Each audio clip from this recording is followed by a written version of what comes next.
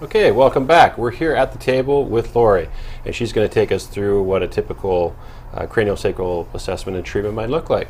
All right. Awesome. So what we're doing today is we're going to do a general craniosacral assessment and treatment versus one that I would do within the scope of a massage. So our client or patient is laying happily on the table, hopefully, fully clothed. Okay. Whereas with the massage, obviously, it would be a traditional massage. So what I typically do is start off down at the feet. And what I'm going to do is I'm going to start tuning into the craniosacral rhythm, which is created by the flow of cerebral spinal fluid, which is the fluid that encases the brain and spinal cord. And it can be felt throughout the whole body. And so we're going to tune into that. And by listening or feeling it, we can assess where there might be issues or areas that are stuck or don't move or flow as well throughout the body and the body's connective tissue or fascial system. So what I'm going to do is I start off at the feet, and then we move our way up, listening at different stations through the body, figuring out if the pulse or the craniosacral rhythm is stronger or weaker in certain areas, which again will indicate where we might want to start off our treatment. Now today what I'm going to do is I'm going to do what would be typically a headache treatment, or a treatment that would be located in and around the head and skull, which is generally a huge focus with craniosacral therapy, as our primary area that we're treating is the craniosacral system, which is made up of the brain, the spinal cord, cerebral spinal fluid, as well as the dural matter that is encasing all of it and holding it all in. So it's really in the body, the dural membrane that you talked about, it has a really good firm bony attachment at Yes. a certain bone in the skull, and then again down at the bone called the sacrum. That's sort of where the craniosacral comes about. Yes. Definitely, yes. Okay. So I'm just assessing the rhythm and feeling where it's not moving as well, the various cranial bones that might not be moving with the rhythm, as they actually can move independently. They are not, your skull is not one big bone, it's actually a whole bunch of different bones put together so that it allows for that. So the fluid as it's moving, it's sort of, could you say it's sort of like the tide, sort of like the ebb and flow of like the ocean, or if you're at a lake and the water's kind of coming in and kind of going back out a little bit? Definitely. And it's its own system, its own pulse. It's independent of your heartbeat, it's independent of your lungs breathing, and it's its own rhythm. Yeah, so just as if, it just came to me, like if there was like a rock or let's say a shell on the beach and the water was going around that solid object, that's sort of what you're feeling for. That's what we're where looking the for, water yep. is not. Okay, perfect. So what I would typically do with headaches is, again, as I'm looking through, or feeling, I shouldn't say looking, feeling, Yep.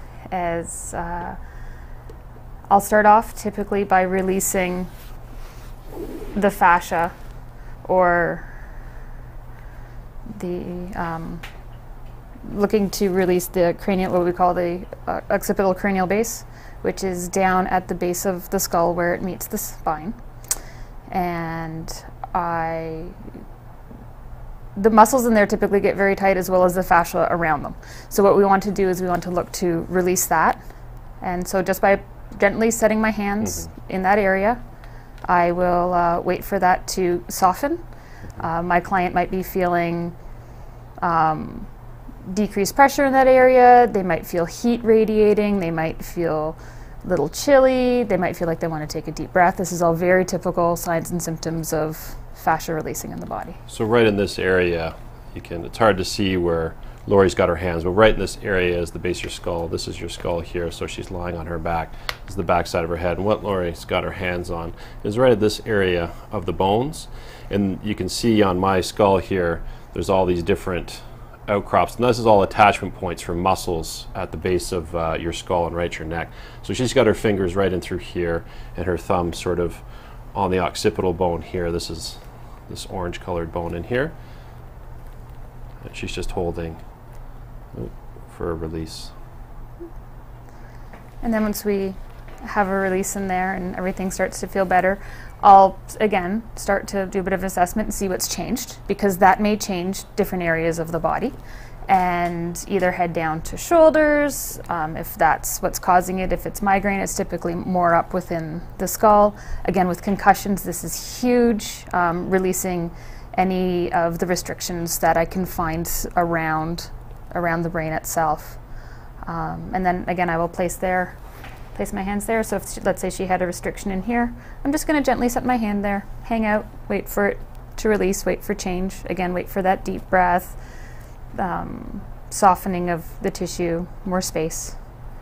And again, as I'm treating, it's not unusual for clients to feel change in other areas of their body, because we are dealing with the fascial system, which is, again, one huge web throughout the whole body. Everything's attached to everything else.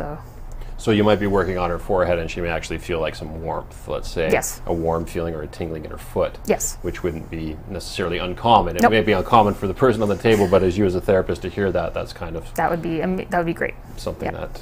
that's positive. How much force are you using? Well, you talked about 5 grams. That's like we talked about earlier when we were getting ready about the weight of a nickel. Weight of a nickel. An American nickel. An American nickel. American nickel. So it's a very, very gentle. Very gentle. Sometimes a little more pressure is required, but very rarely. And it's always done, again, within the patient's comfort zone. And again, I will demonstrate that sometimes through a treatment, a body or a person will position themselves in an area that's of more comfort to them. Right. And that will also help allow the fascia to release. Really, the whole idea behind it is one of the phrases that I understood was unwinding. It's sort of like we're unwinding things as opposed to necessarily a stretch. It's more of this just meeting something and just allowing it to go unwind and go where it needs to go to get space.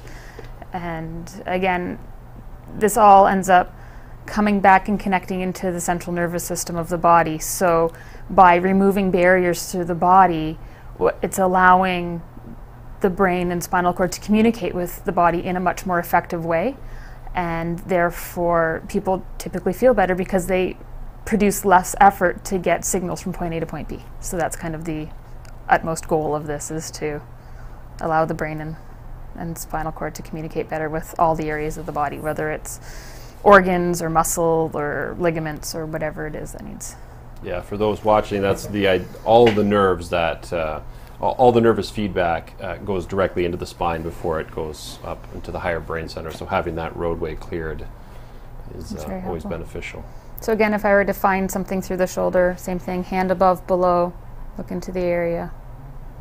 And while I'm doing this, I'm also continuously thinking about what that craniosacral rhythm is doing as well.